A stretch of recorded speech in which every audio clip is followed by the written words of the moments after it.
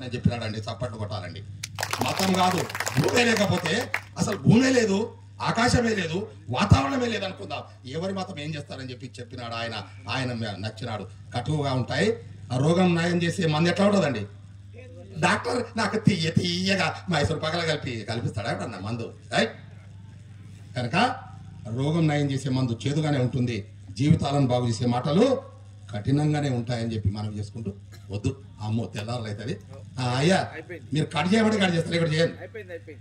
Cut చేయాలని అది అంతే. అక్కడ ఏమో రాస్తున్నాడు మన పిల్లడు. సరే ఓకేనండి, ఇంతకంటే ఎక్కువ నేను తీసుకోను. మళ్ళీ ఒక సందర్భంలో విలువండి. నన్ను తెల్లారులు ఎప్పుడైనా పెట్టుకుంటే ఏకాదశి కానీ శివరాత్రి కానీ అప్పుడు సరిపోతుంది నాకు. అంతవరకు సరిపోతుంది నాకు. పొట్ట పెద్దది, పొట్టలో జ్ఞానం కూడా భగవంతుడు పెట్టిన జ్ఞానం, అహంకారం కాదు. పొట్ట నిండా జ్ఞానం పెట్టిండు. ఈ జ్ఞానాన్ని ఇప్పుడు నాకు అర్థమైంది. కాకపోతే సరిపోదు. తైతరి పక్షుల్లాగా ఎప్పుడు కాలే ఎప్పుడు కాలే చూస్తూనే ఉంటాయి, ఎదురు చూస్తుంటా. ఇటువంటి అవకాశాలు వచ్చినప్పుడు కొద్దిగా ఇంకా పూర్తిగా కాలంటే ఏకాదశి కన్నా శివరాత్రి కన్నా తెల్లారు మీరు నేను ఇంకెవరు ఉండదు. ఓం సత్. మాకు